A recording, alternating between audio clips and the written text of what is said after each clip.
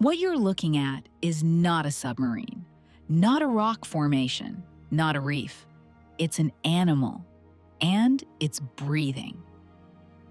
30 meters long, 150 tons. Its heart alone weighs as much as a small car.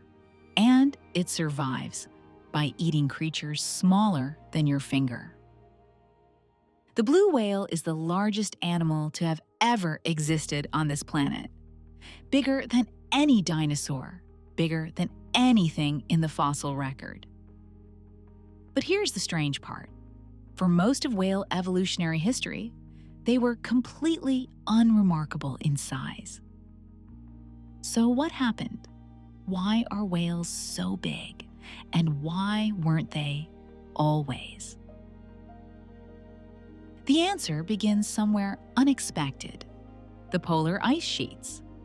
Around 3 to 5 million years ago, Earth entered a series of ice ages. Glaciers expanded from both poles. The temperature difference between the equator and the poles widened.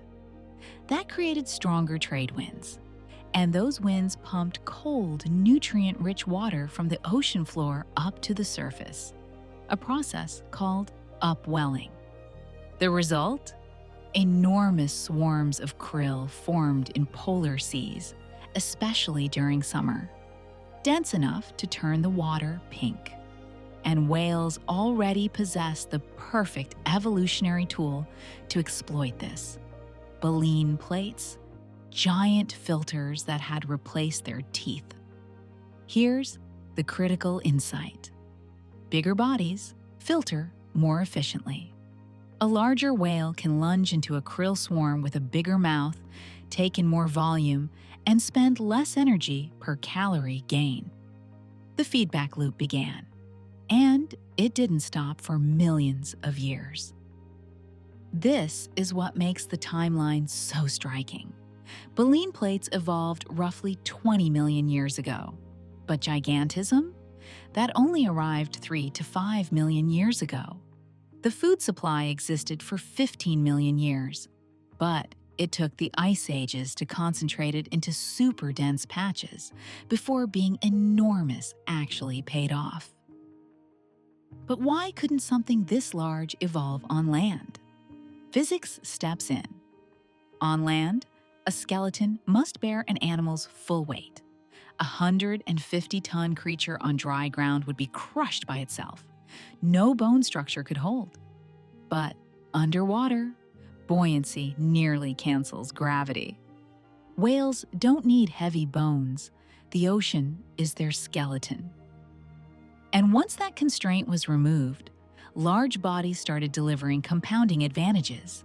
Bergman's rule describes one: the bigger the animal, the smaller its surface area relative to its volume, meaning slower heat loss.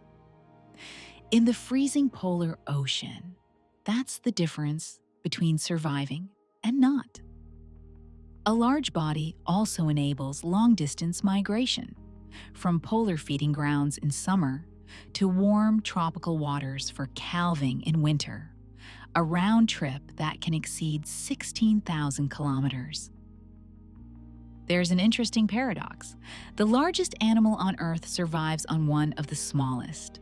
Krill are about 2 centimeters long, yet a single adult blue whale consumes roughly 40 million of them per day. That's around 3,600 kilograms of food every single day. The whale's enormous body is the most efficient conversion machine evolution has ever produced, turning the ocean's smallest resource into the planet's largest biomass. And here's the absurd footnote. Despite a mouth large enough to swallow a bus, the blue whale's esophagus is only about 10 centimeters wide. Yes, the largest animal on the planet could choke on a tennis ball. But the story doesn't end there.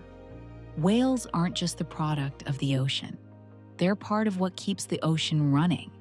When a whale dives to feed and resurfaces to breathe, it transports nutrients from the deep up to the sunlit surface, a process scientists call the whale pump. Their feces are rich in iron and nitrogen, the exact fertilizers that trigger phytoplankton blooms. Phytoplankton produces oxygen. Researchers estimate that large whales play a meaningful role in the global carbon cycle. In other words, whale gigantism isn't just a trait of one species. It's an ecological function. The ocean built these giants, and the ocean runs better because of them.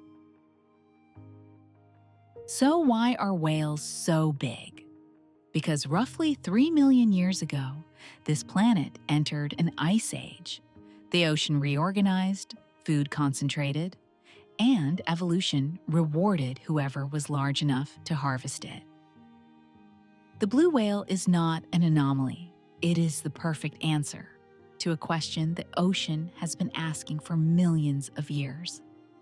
What if you could eat enormous amounts, extremely fast, in the coldest places on Earth, and then travel halfway around the world to do it again?